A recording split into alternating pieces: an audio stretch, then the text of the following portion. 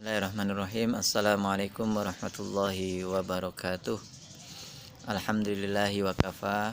Wassalatu wassalamu ala sayyidina al-mustafa sayyidina wa maulana Muhammadinil mustafa wa ala alihi wa ashabih ahli sidqi wal wafa mabak.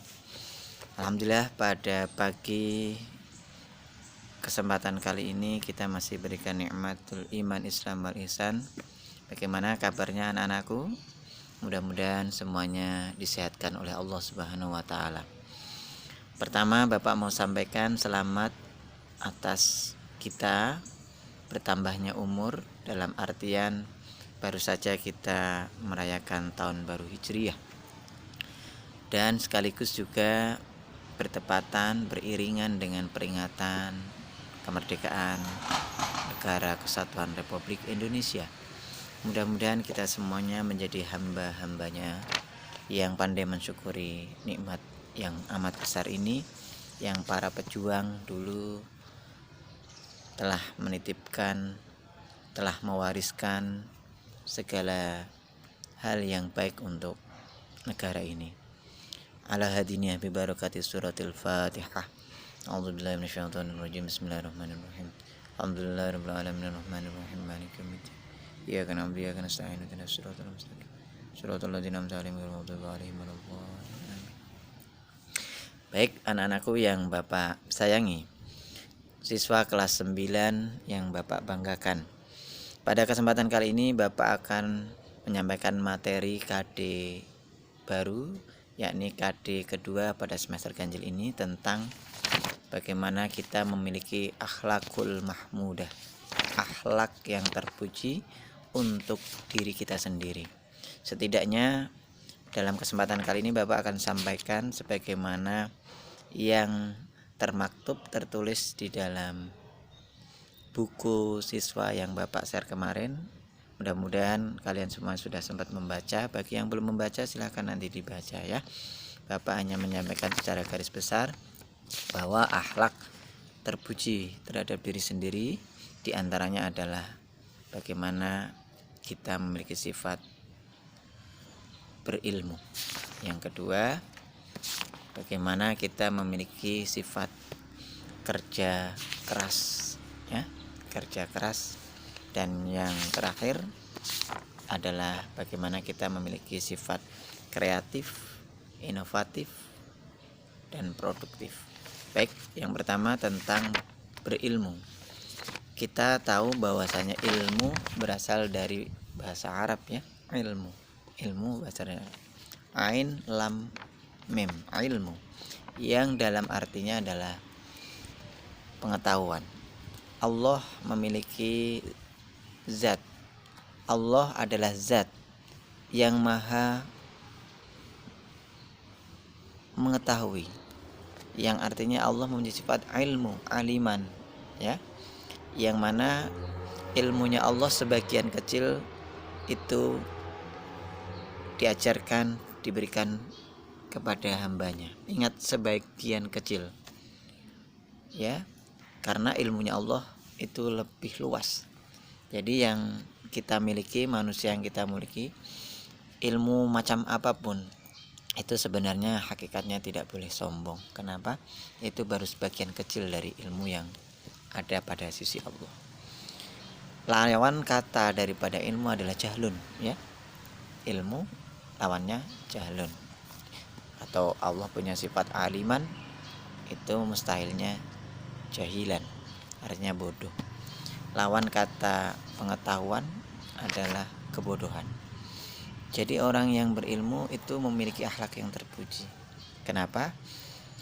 Orang yang berilmu berarti dia tahu, ya, apalagi ilmu agama, ya.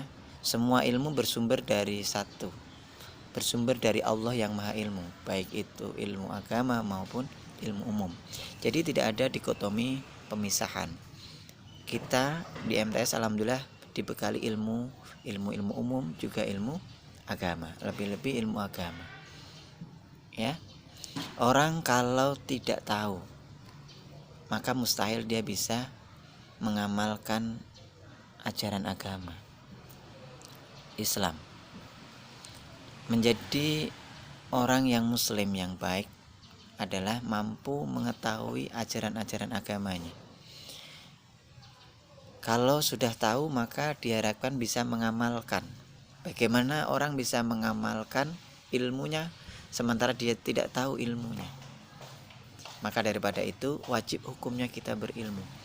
Bagaimana kita bisa mengerjakan wudhu, sholat, dan sebagainya manakala kita tidak tahu tentang hal ihwal, pengetahuan tentang wudhu itu bagaimana, syaratnya apa saja. Begitu juga dengan ibadah sholat, ya.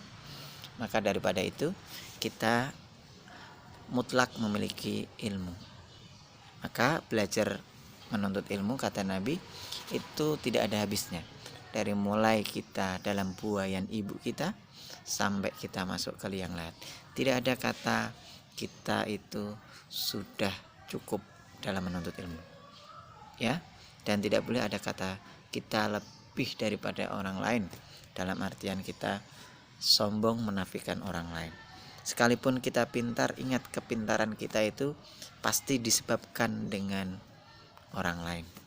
Dalam hal ini adalah guru kita dari guru-guru kita, ya. Nabi menyampaikan man aradad dunya fa'alaihi bil ilmi wa man aradal akhirah fa'alaihi bil ilmi wa man aradahuma ma'an fa'alaihi bil ilmi. Kita sudah pernah dengar Nabi pernah bersabda, barang siapa menginginkan kehidupan dunia, maka mutlak dia harus menguasai ilmu dunia. Barang siapa menginginkan kehidupan akhirat, dalam kebaikannya di akhirat dia sejahtera, maka mutlak fa'alaihi bil ilmi. Dia harus tahu tentang ilmu akhirat, ya. Kalau kita mau nanti di akhirat kita sejahtera, harapan kita masuk surga, harus tahu bagaimana ilmu kita bisa masuk surga, gitu ya. Waman arodahuma, barang siapa menghendaki kesuksesan di dunia maupun di akhiratnya, fa'alaihi bil ilmi, maka baginya harus memiliki ilmu dunianya dan ilmu akhiratnya. Lalu bagaimana Pak, ada orang yang sudah tahu tentang ilmu tetapi banyak orang itu tidak mengamalkan ilmunya. Maka di situ kita akan membagi manusia, ya. Dalam hal ini Imamul Ghazali, yang Hujjatul Islam, seorang filosof, seorang ternama, termasuk imam daripada jalur pengambilan ilmu tasawuf. Imamul Ghazali menyampaikan pembagian manusia dibagi menjadi 4 bagian. Coba nanti kita evaluasi diri, renungkan, kira-kira saya di posisi mana. Jadi manusia itu, selama dia itu statusnya manusia, itu ada 4 tipe. Yang pertama, rajulun yadri wa yadri annahu yadri, yang artinya orang yang tahu dan tahu bahwa dirinya tahu. Itu artinya orang itu tahu dan dia tahu bahwa dirinya tahu. Maksudnya Pak, orang ini cerdas, pintar, dia punya ilmu, dia bisa mengamalkan dan dia bisa berbagi manfaat kepada orang lain. Itu tipe orang yang pertama, mudah-mudahan. Yang kedua, rajulun yadri la yadri annahu yadri, yaitu manusia yang dia tahu tetapi dia tidak tahu bahwa dirinya tahu, ya. Apa itu Pak? Itu manusia, dia punya pengetahuan tetapi pengetahuannya tidak memberikan manfaat bagi dirinya, bahkan bisa membuat dia masuk ke lembah kesengsaraan dengan ilmunya. Ini berbahaya. Dia punya ilmu tapi ilmunya dimanfaatkan untuk yang tidak baik. Ada tipe-tipe orang seperti itu. Yang ketiga, rajulun la yadri wa yadri annahu la yadri, manusia yang tidak tahu tetapi dia tahu bahwa dirinya tidak tahu. Nah, ini lumayan. Maksudnya Pak, dia tidak tahu, ya, bahwa dia tahu bahwa dirinya tidak tahu. Artinya orang ini sadar diri. Oh, saya ini punya kekurangan, maka saya harus begini. Ada harapan dia berbuat baik. Oh, saya ini punya kekurangan, mata pelajaran saya yang ini kurang menguasai, dia tahu dirinya itu kelemahannya dan dia akan punya harapan bisa merubah ke hal yang baik. Yang terakhir adalah rajulun la yadri wa la yadri annahu la yadri. Ini orang yang tidak tahu dan tidak tahu bahwa dirinya tidak tahu. Loh, Pak, apa itu? Ini orang yang masa bodoh. Dia merasa benar. Ya, merasa benar, merasa pintar. Yang artinya Pak, ngerasa aja. Dia itu la yadri, dia itu orang yang tidak tahu. Tetapi dia tidak tahu bahwa dirinya tidak tahu. Sehingga kalau dikasih nasihat, dikasih apa, mentul, masuk telinga kanan, keluar telinga kanan, bukan keluar telinga kiri. Keluarnya telinga kanan juga, mentul. Itu ada pada sekeliling kita. Perhatikan, tidak perlu disebut namanya. Kadang temanmu waktu kita masih kelas 8, kelas 7, ada yang satu kelas, kita tahu kok teman saya itu tidak tahu, tapi dia masa bodoh dengan ketidaktahuannya, ya kan? Dan kita tahu, apalagi guru, guru lebih tahu. Kita punya teman, wah dia itu tidak tahu Pak, tapi diam aja, masa bodoh, mau kasih apa? Nah ini yang kita tidak harapkan. Mudah-mudahan 4 tipe ini kita mengambil posisi yang terbaik di antara 4 tipe yang disampaikan Imam Al-Ghazali. Anak-anakku yang Bapak banggakan, perintah mencari ilmu jelas, Iqra bismi rabbikal ladzi khalaq. Ayat yang pertama turun, Iqra, bacalah. Ya. Dengan menyebut. Sementara ilmu itu suruh baca, maksudnya apa Pak? 2. Kauliyah dan kauniyah. Kauliyah ayatnya Allah yang bersifat firman Allah. Ayat kauliyah hadis qudsi yang ada di dalam Al-Qur'an, itu namanya ayat kauliyah. Yang kedua yang disuruh baca Iqra, ayat kauniyah, ilmu alam, keadaan alam dibaca. Maka di situ akan muncul rumpun-rumpun mata pelajaran umum, biologi, fisika, semuanya. Ilmu-ilmu itu didapatkan dari mana? Dulu orang-orang itu, orang-orang muslim kita, cendekiawan kita, yang dulu pada masanya jaya di era Andalusia, kita kenal orang-orang Islam yang berjaya pada saat itu, pintar kedokteran, pintar matematika, Al-Farabi, Al-Kindi dan macam-macam. Mereka membaca ayat kauniyah. Jadi ayat kauliyah dibaca, ayat kauniyah pun dibaca. Baik anak-anakku yang Bapak banggakan. Yang kedua adalah sifat yang harus ada pada diri kita, alat terpuji adalah kerja keras. Ingat, kerja keras, kerja cerdas. Kerja keras, kerja cerdas. Mana Pak dalilnya? Fa idza faraghta fansab. Jikalau engkau sudah menyelesaikan urusan satu, maka siap-siapkanlah untuk menyambut urusan yang lain. Yang artinya ketika engkau sudah sholat, habis sholat ngapain? Habis selesai mata pelajaran ini ngapain? Disiapkan. Hari ini ngapain? Besok ngapain? Bulan depan ngapain? Itu manusia biasa. Rencanakan hal yang terbaik untuk diri kita, untuk kemajuan agama, nusa dan bangsa. Ya. Di ayat yang lain, fa idza qudiyatis shalat fantashiru fil ardh. Jikalau engkau sudah selesai sholat, maka bertebarlah di muka bumi. Surat Al-Jumu'ah. Habis sholat jangan lama-lama juga. Habis wiridan secukupnya berdoa. Habis itu doa kita apa tadi harus diusahakan. Kita minta doa, ya Allah berikan aku anak yang soleh, ilmu yang bermanfaat. Berarti habis sholat dia juga harus mencerminkan doanya. Mintanya doa yang baik tapi kelakuannya kurang baik, itu insya Allah berlawanan. Ya, kita tidak harapkan itu.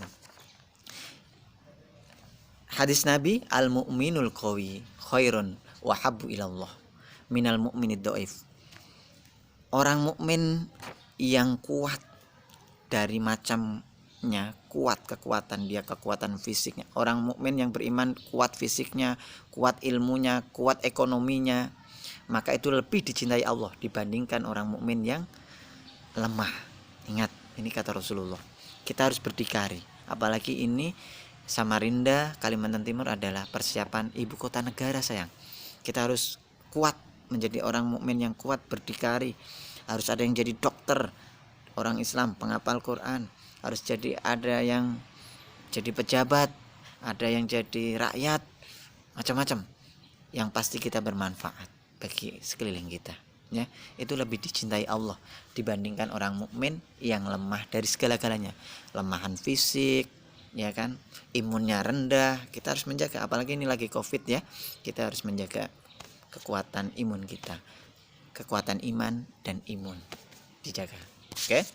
Yang terakhir adalah bagaimana kita memiliki sifat kreatif, inovatif dan produktif. Ingat, kreatif, inovatif dan produktif. Allah berfirman, innallaha la yughayyiru ma biqaumin hatta yughayyiru ma bi anfusihim. Allah tidak akan merubah suatu kaum keadaannya selama dia tidak merubah pada dirinya sendiri. Dalam artian apa?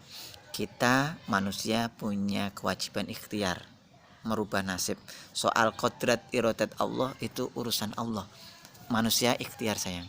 Dalam Covid ini kita ikhtiar menjaga kita physical distance, ya.